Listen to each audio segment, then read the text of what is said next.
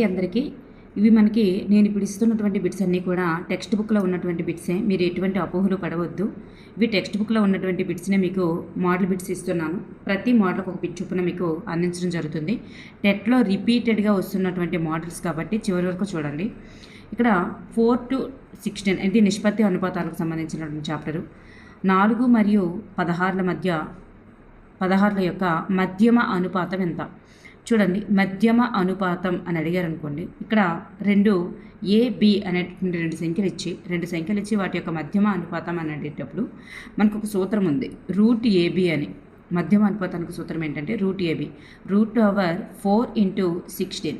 So √64 అవుతుంది, అంతే కదా. 4 16 సో 64. √64 అంటే ఎంత వస్తుంది? 64 సో 80². అంటే రూట్కి స్క్వేర్కి పోతే 8 అనేటటువంటిది ఆన్సర్ అనమాట. నెక్స్ట్ 9 మరియు 12ల యొక్క తృతీయ అనుపాతానికి సూత్రం ఏంటి? మధ్యమ అనుపాతానికైతే √AB, మరి తృతీయ అనుపాతానికి సూత్రం B²/A. తృతీయ అనుపాతాన్ని C అంటాం. C = B²/A.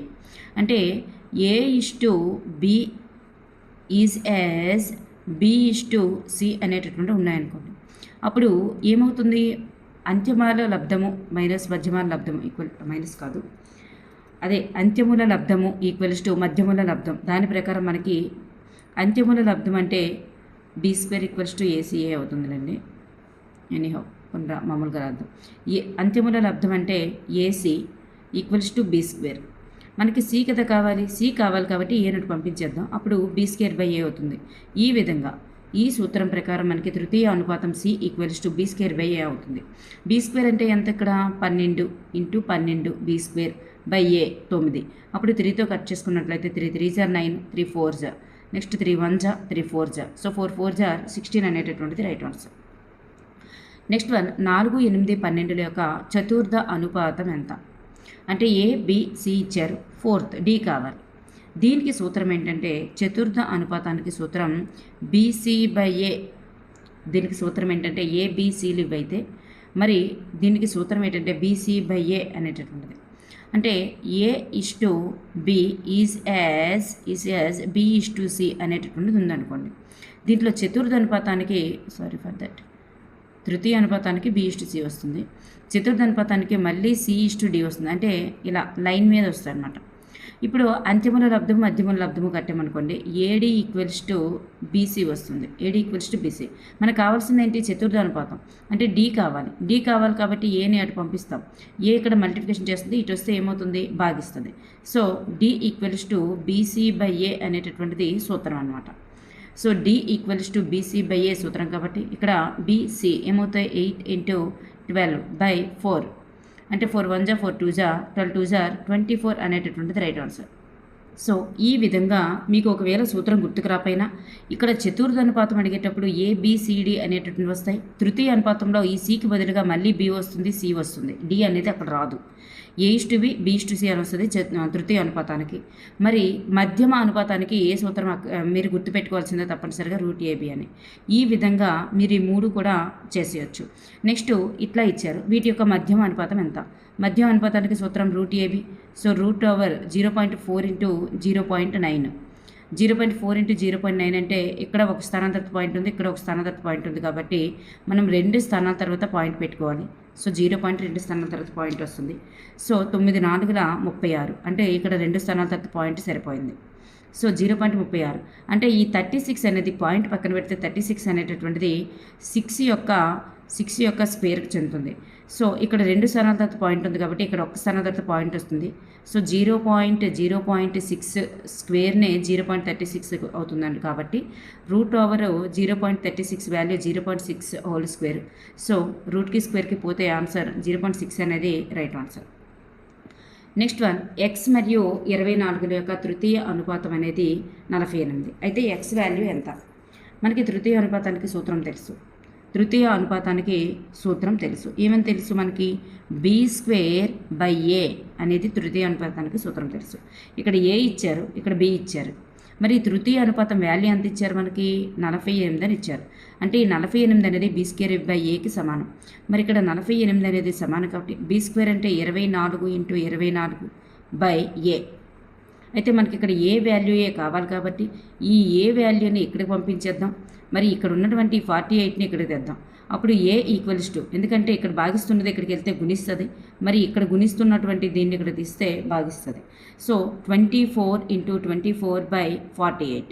అప్పుడు 24 1 24 2 2 1 2 12. సో 12 అనేటటువంటిది రైట్ ఆన్సర్ అవుతుంది. నెక్స్ట్ వన్ 1/4 మరియు 1/9 యొక్క మధ్యమ అనుపాతం ఎంత? మధ్యమ అనుపాతం అంటే √AB కదా. సో √AB కాబట్టి 1/4 1/9. So √1/36. So √1²/6². So √1/6 whole square. స్క్వేర్కి రూట్కి పోతే 1/6 అనేది రైట్ ఆన్సర్. నెక్స్ట్ వన్ 1.2 1.8 1.2 మరియు 1.8 యొక్క తృతీయ అనుపాతం ఎంత? తృతీయ అనుపాతానికి సూత్రం మనకు తెలుసు, B²/A. మరి 1.8 × 1.8/B², B × B కదా, B² అంటే, బై 1.2. ఇప్పుడు దీన్ని మనం ఎలా చేయొచ్చు అంటే, మీదవి మల్టిప్లికేషన్ చేస్తే 3.24 వస్తుంది, కిందది 1.2. దీన్ని కనుక మనం పాయింట్స్ లేకుండా కనుక ముందు డివిజన్ చేస్తే 27 అనేటటువంటిది వస్తుంది మామూలుగా డివిజన్ చేస్తే. మరి 2 స్థానాల తర్వాత పాయింట్ ఉంది కాబట్టి మరి ఇక్కడ కిందన ఒక స్థానం తర్వాత పాయింట్ ఉంది. సో ఈ ఒక స్థానానికి కట్ అయితే ఒక స్థానం తర్వాత పాయింట్ వస్తుంది కాబట్టి 2.7 అనేటటువంటిది రైట్ ఆన్సర్. నెక్స్ట్ వన్ 0.12 0.21 మరియు 8 వీటి మూడింటి యొక్క చతుర్థ అనుపాతం ఎంత? చతుర్థ అనుపాతానికి సూత్రం ఆల్రెడీ మనం చెప్పాను, BC/A అని. మరి B అంటే 0.21 × 0.12/8 BC. Okay, sorry for that. ఇక్కడ BC/A 0.12. ఇప్పుడు మనకి ఆన్సర్ ఎట్లా వస్తుందంటే, ఇప్పుడు ఇక్కడ కిందన 2 స్థానాల తర్వాత పాయింట్ ఉంది, ఇక్కడ పైన కూడా 2 స్థానాల తర్వాత పాయింట్ ఉంది కాబట్టి మనం పాయింట్స్ అనేటటువంటి మరి ఏం అవసరం లేదు. ఆ 2 స్థానాలు కట్ అయిపోద్ది. సో 21/8/12 ఇట్లా వస్తుంది.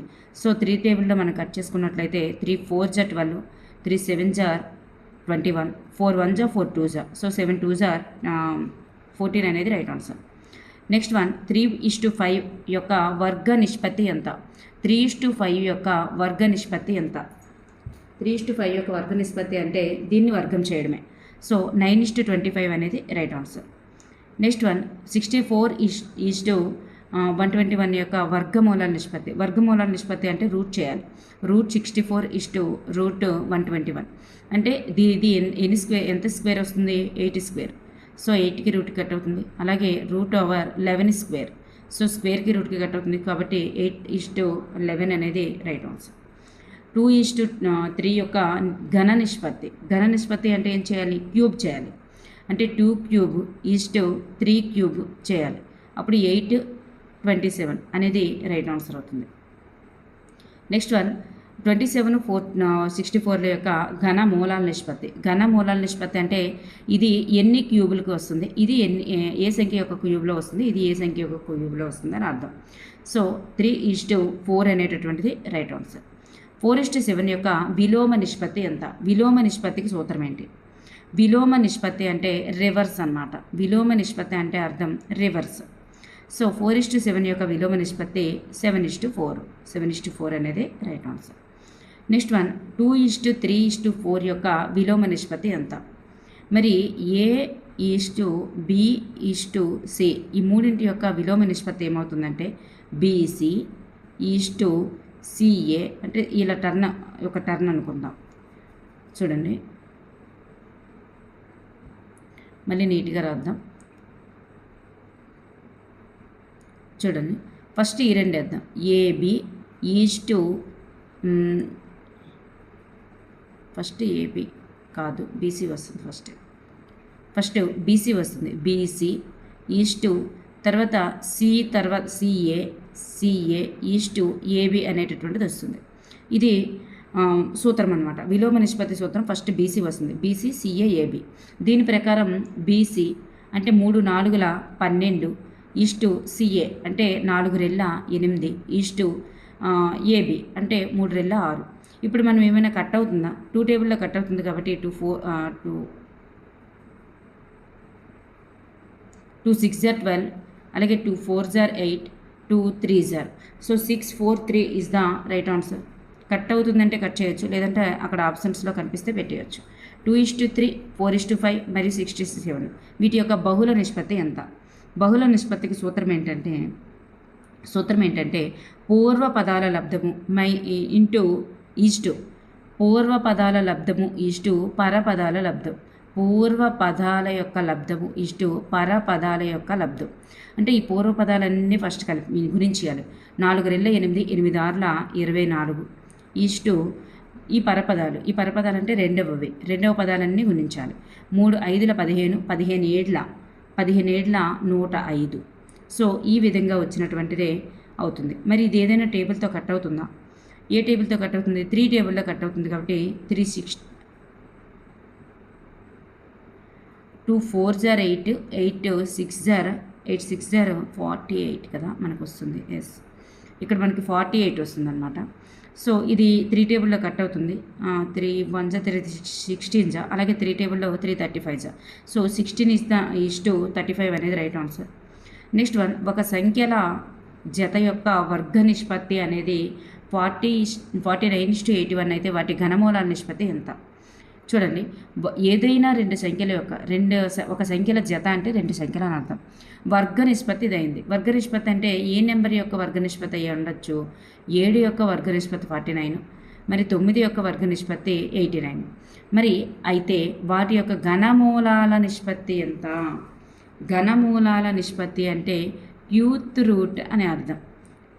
మరి ఈ 7 క్యూత్ రూట్, 9 క్యూత్ రూట్, మరి ఆ సంఖ్యలు ఏంటి అంటే 7 9 కదా, 7 9 కాబట్టి క్యూత్ రూట్ 7 క్యూత్ రూట్ 9 అని అర్థం అనమాట. సో ఆప్షన్ 3 అనేది right answer. Next one, x y = 5:4. మరి ఇది ఇస్తే XYZ ఎంత అని అన్నారు. చూడండి, x y z ఎంత అని అడుగుతున్నారు. దీన్ని చాలా సింపుల్గా చేయవచ్చు. అయితే ఇక్కడ XY వాల్యూ ఇచ్చారు కదా, ఇక్కడ YZ వాల్యూ ఇచ్చారు. కానీ ఇక్కడ ఉన్నటువంటి y వాల్యూ ఈక్వల్గా ఉందా? లేదు. అప్పుడు ఏం చేయాలంటే x/y = మనకి ఎంత ఇచ్చారు? 5/4. మరి y/z ఎంత ఇచ్చారు? 3/2 ఇచ్చారు. అప్పుడు ఏం చేయాలంటే ఈ నెంబరు సేమ్గా రావాలంటే ఏం చేయాలి? సో ఈ నెంబర్కి మనం 3తో గుణించాలి, అంటే లవహారాన్ని 3తో గుణించాలి. ఈ నెంబర్కి మనం 4తో గుణించాం, అప్పుడు ఇది 12 అది 12 అయింది. సో ఈ లవహారానికి 4తో గుణించాలి. చూడండి, దీన్ని ఇప్పుడు x/y వాల్యూ ఎంత వస్తుంది? 5 3s are 15, 4 3s are 12. మరి ఇక్కడ y/z వాల్యూ ఎంత వస్తుంది? 12/4 2s are 8. సో ఎక్కడ y వాల్యూ 12 వచ్చింది, మరి ఇక్కడ y వాల్యూ కూడా 12 వచ్చింది. సో సేమ్గా వచ్చింది కాబట్టి అప్పుడు x value 15, y value 12, z value 8 అవుతుంది. 15 12 8 అనేటటువంటి రైట్ ఆన్సర్. చూడండి, ఇక్కడ 1/x 1/y 1/z = 3:4:5 ఇచ్చారు. అయితే x/y/z వాల్యూ అడిగారు. మరి x/y/z అనేటటువంటిది మరి ఈ నిష్పత్తి యొక్క విలోమ నిష్పత్తి అవుతుంది. కాబట్టి మనం ఈ నిష్పత్తికి విలోమ నిష్పత్తి కట్టేస్తే ఆన్సర్ అనేది x/y/z అనేది వచ్చేస్తుంది. సో ఈ నిష్పత్తికి విలోమ నిష్పత్తికి సూత్రం ఏంటి? ఇప్పుడే చెప్పుకున్నాం కదా, BC మరి CA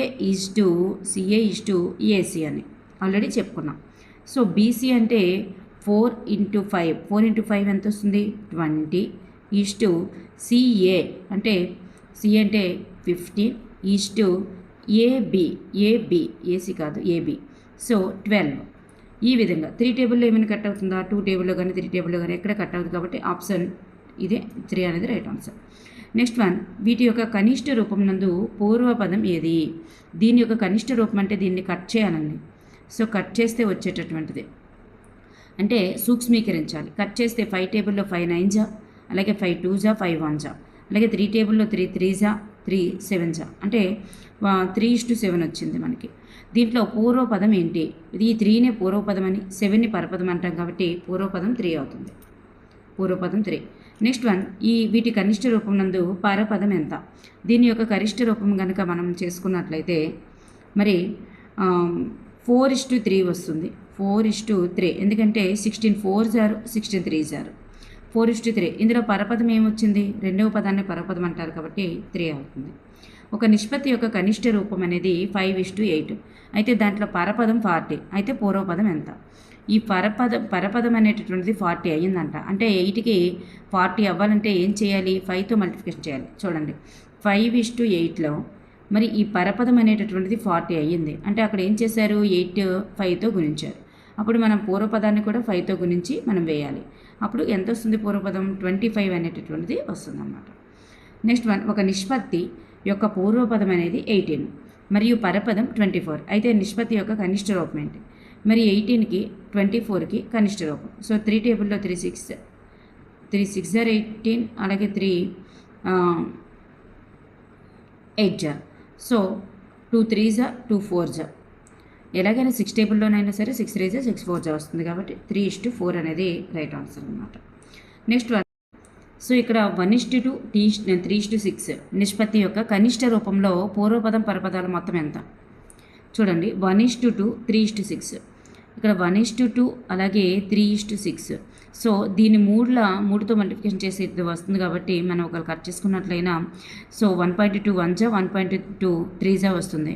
సో దీని యొక్క కనిష్ట రూపం 1:3 అనమాట. సో ఈ పూర్వ పదాల మొత్తం ఎంత అవుతుంది? 1 + 3 అంటే 4 అనేటటువంటిది అవుతుంది అన్నమాట. నెక్స్ట్ మన క్రింది వాణిలో 7:9కు సమానమయ్యేటటువంటి తుల్య నిష్పత్తి ఏంటి? తుల్య నిష్పత్తి అంటే దీనికి ఏదో ఒక సమాన సంఖ్యతో గుణించగా వచ్చేటటువంటి నిష్పత్తి అని అర్థం. తుల్య నిష్పత్తి అంటే గుణించగా వచ్చేటటువంటి నిష్పత్తి. సో 9కి కానీ 9కి కానీ రెండింటికి కూడా సమాన సంఖ్యచే గుణించాలి. అప్పుడు వచ్చేటటువంటి నిష్పత్తి ఇది 35 45 అనేటటువంటిది రైట్ ఆన్సర్. సో 7 5 జా 35, సో 9 5 జా 45. ఇదొక్కటే సెట్ అవుతుంది అన్నమాట.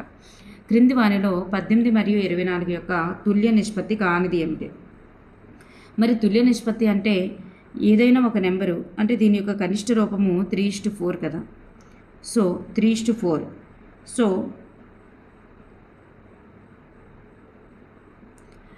అంటే దీన్ని భాగించిన లేదా గుణించిన వచ్చేటటువంటి నిష్పత్తిని తుల్య నిష్పత్తి అంటారు. 3:4 అలాగే 3:4 సెట్ అయింది. మరి 3:4కి సో మనం 3తో గుణించామనుకోండి ఇరువైపులా, సో 9:12 వస్తుంది, సెట్ అయిపోయింది. మరి 3తో 4తో కనుక గుణించితే 12:16 వస్తుంది, సరైంది. మరి 3:4కి 5తో కనుక గుణిస్తే మరి 15 వచ్చింది, ఇక్కడ 20 రావాలి. సో ఇక్కడ మనకి ఇది ఆప్షన్ 4 అనేది సరికాదన్నమాట. Next one, 4/5 = x/35. అయితే x వాల్యూ ఎంత?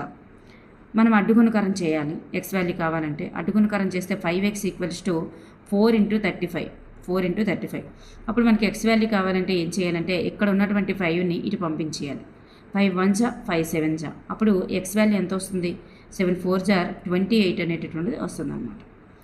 నెక్స్ట్ వన్, ఈ క్రింది వానిలో 8:11కు సమానమయ్యేటటువంటి నిష్పత్తులు ఏంటి?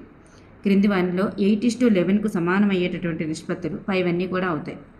మరి 8:120 అలాగే ఇవన్నీ కూడా, అంటే దీన్ని ఒక అంటే సమానమయ్యేవి అంటే దీన్ని గుణించి దీనికి గుణించినా లేదా భాగించగా, ఇరు సంఖ్యలకి కూడా గుణించగా లేదా భాగించగా వచ్చేటటువంటి నెంబర్స్ కూడా సరిపోయేటట్లు ఉంటే దాన్ని సమాన నిష్పత్తులు అంటారు.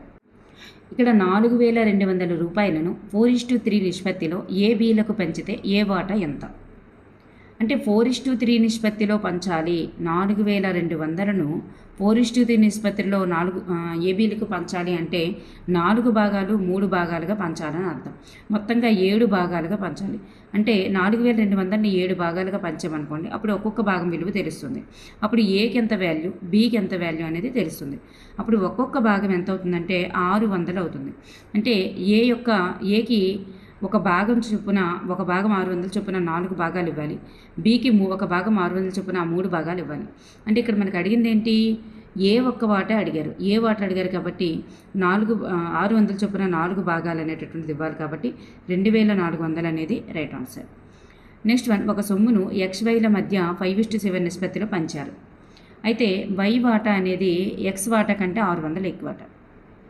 అయితే మొత్తం సొమ్ము ఎంత? సమ్ XYల వాటాల వ్యత్యాసం ఎంతండి? మరి 5:7 నిష్పత్తిలో పంచారంటే 2, వాటి వ్యత్యాసం అనేది 2 భాగాలు ఎక్కువ. సో వై వాటా అనేది ఎక్స్ వాటా కంటే 600 ఎక్కువ. అంటే 2 భాగాలు అనేటటువంటిది 2 భాగాలు అనేది 600కి సమానం, అంతే కదా. ఈ రెండింటి మధ్య ఉండే భేదం వీడికి 5 వాటాలు, వీడికి 7 వాటాలు అయితే ఆ 2 వాటాలే అనేది ఒకటికి ఎక్స్ట్రా అయింది. ఆ ఎక్స్ట్రా అనేటటువంటిది ఎంత అంటే 600కి సమానం. అంటే 2 భాగాలు 600 అయితే ఒక భాగం వాల్యూ ఎంత అవుతుంది? 300.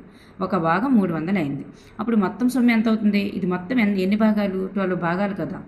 మొత్తం 12 భాగాలు కాబట్టి 300 × 12 చేసేయడమే. సో ఆన్సర్ ఏమవుతుందంటే 3600 అనేది రైట్ ఆన్సర్. నెక్స్ట్ వన్, ఒక వ్యక్తి యొక్క రాబడి మరియు పొదుపుల నిష్పత్తి 7:2. అయితే అతని యొక్క నెలసరి ఖర్చు అనేది 7500. అయితే అతని రాబడి ఎంత? ఇక్కడ రాబడి మరియు పొదుపుల నిష్పత్తి ఇచ్చారండి. అయితే అతను నెలవారీ ఖర్చు అనేది ఇచ్చారు. అయితే రాబడి ఎంత? మరి రాబడి పొదుపుల్లో నుంచి పొదుపు తీసిస్తే అతని యొక్క ఖర్చు వస్తుంది కదా. సో ఖర్చు ఎంత అని అంటే రాబడిలోండి పొదుపు తీసేయండి. రాబడిలోండి పొదుపు తీస్తే ఖర్చు అనేది 5 భాగాలు.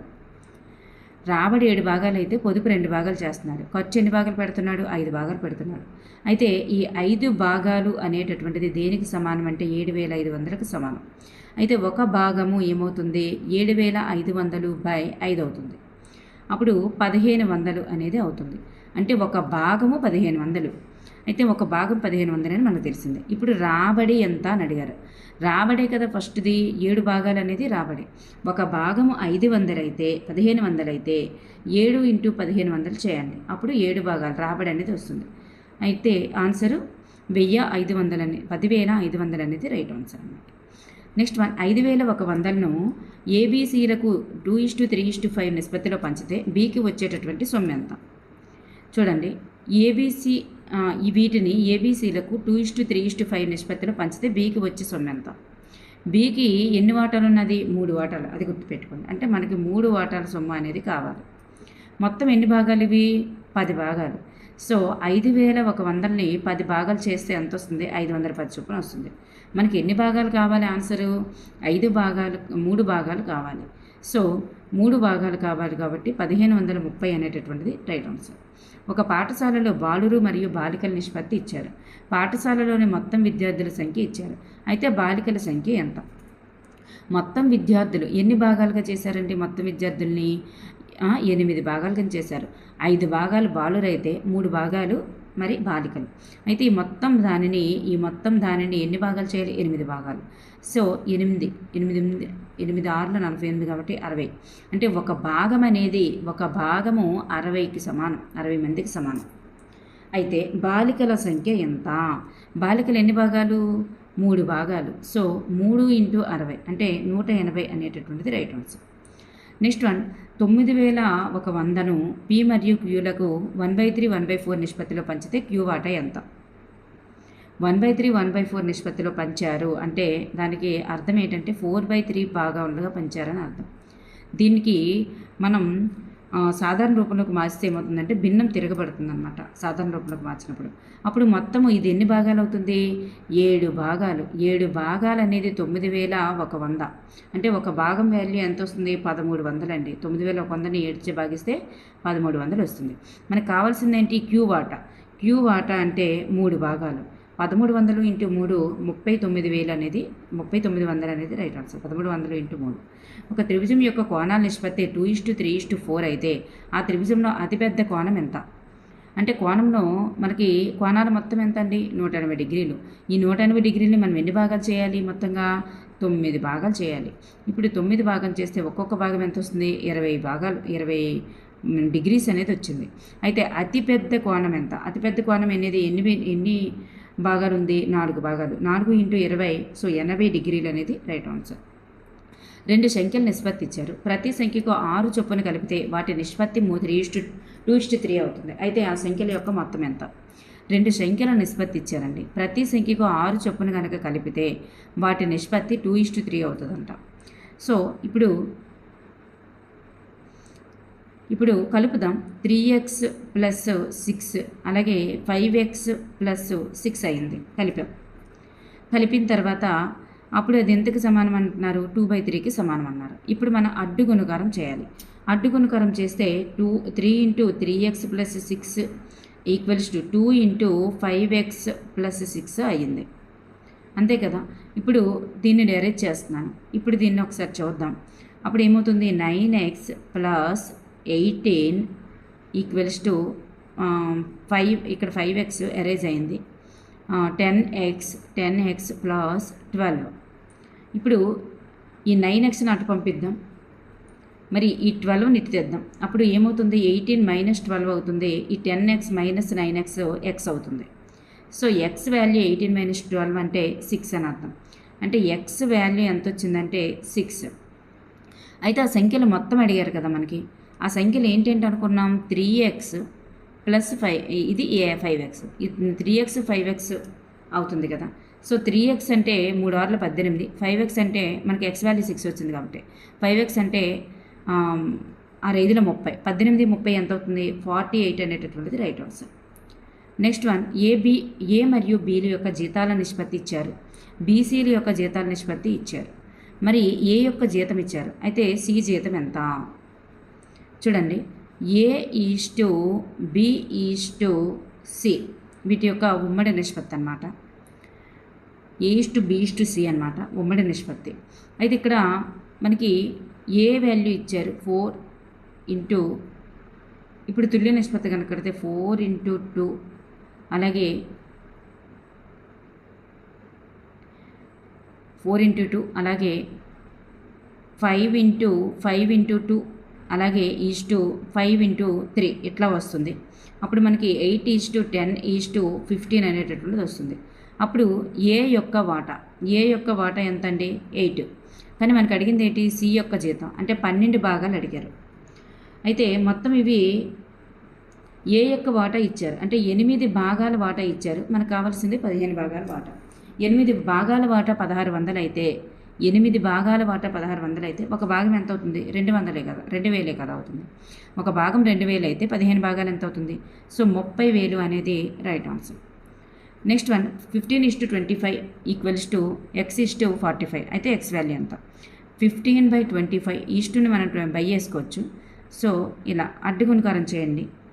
25x equals to 15 into 45. ఇప్పుడు ఈ 25ని ఇక్కడ కట్ చేసేసి ఇటు పంపించేద్దాం. ఇక్కడ గుణిస్తుంది, ఇక్కడ భాగిస్తుంది. సో 5తో కట్ చేసుకున్నట్లయితే 5 3 జా, 5 5 జా, 5 1 జా, 5 9 జా. సో 9 3 జా 27 is the right answer. Next one, 4 12 16x సంఖ్యలు అనుపాతంలో ఉన్నట్లయితే x విలువ ఎంత. అనుపాతం అనేటటువంటి వర్డ్ మెన్షన్ చేశారనుకోండి, అప్పుడు ఏమవుతుందంటే 4/12 ఈక్వల్స్ టు 16/x అని అర్థం.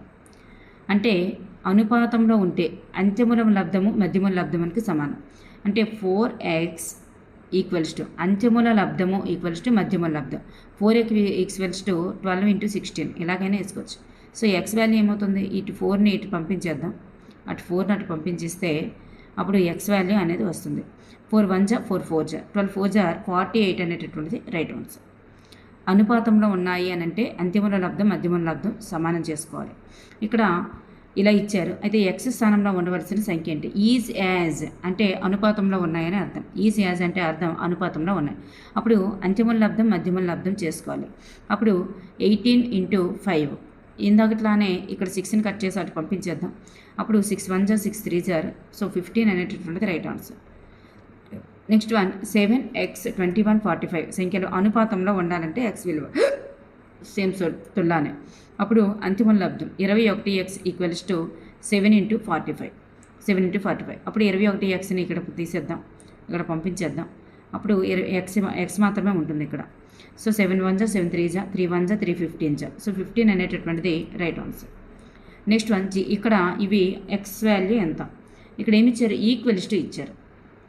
ఈక్వల్స్ టు ఇచ్చేటప్పుడు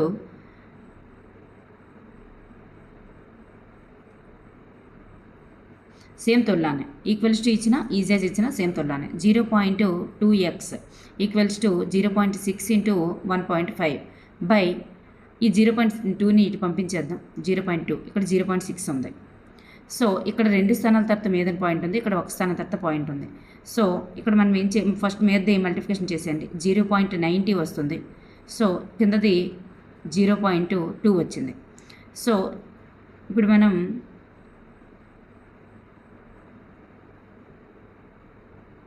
డివిజన్ కనుక చేసుకున్నట్లయితే 45 కాబట్టి 45 కిందన ఒక స్థానం తర్వాత పాయింట్ ఉంది, మీద 2 స్థానాల తర్వాత పాయింట్ ఉన్నాయి. సో ఒక స్థానం కట్ అయితే ఒక స్థానం తర్వాత పాయింట్ వస్తుంది. సో 4.5 అనేటటువంటిది రైట్ ఆన్సర్. నెక్స్ట్ 6, 7, 15, 17 అనేటటువంటి సంఖ్యలకు ఏ కనిష్ట సంఖ్యను కలిపితే ఏర్పడే సంఖ్యలు అనుపాతంలో ఉంటాయి. అనుపాతంలో ఉండాలంటే అంతిమ లబ్ధం మధ్యమ లబ్ధం అనేటటువంటిది సెట్ అవ్వాలి. అంతిమ లబ్ధం మధ్యమ లబ్ధం అనేది సెట్ అవ్వాలి. మరి ఈ సంఖ్యలకు ఏ కనిష్ట సంఖ్యను కలిపినప్పుడు అనుపాతంలో వస్తాయి అని అంటే మరి 3ని మన ఆప్షన్స్ నుంచే వెళ్ళిపోవాలి తప్పనిసరిగా. 3ని కనుక కలిపామనుకోండి అప్పుడు 3, 10, 18, 20 అనేటటువంటిగా మారుతుంది. అలా మారిన తర్వాత ఇలా చేయండి. అప్పుడు సరిపోయిందా లేదా? ఈ 2 180, ఈ 2 180 అట్లా సరిపోయింది కాబట్టి సో ఇప్పుడు చూడండి ఈ 2 సమానంగా వచ్చాయా? రాలేదు. సో రెండుని కలిపామనుకోండి, రెండుని కలపగా వచ్చేటటువంటి నెంబర్స్ ఏమైనా అనుపాతంలో సెట్ అవుతుందా? అలా సెట్ చేసుకొని చూసుకోవాలన్నమాట. నెక్స్ట్ వన్ సంఖ్యల నుండి ఏ కనిష్ట సంఖ్యను తీసివేస్తే ఇది కూడా మన ఆప్షన్స్ నుంచే వెళ్ళాలి. 2ని తీసివేసినప్పుడు 12, 15 అలాగే 32, 40 అనేటటువంటి వస్తుంది. ఇలా ఈ 2 గురించిన సేమ్ నెంబరే, ఈ 2 గురించిన సేమ్ నెంబర్ వస్తుంది.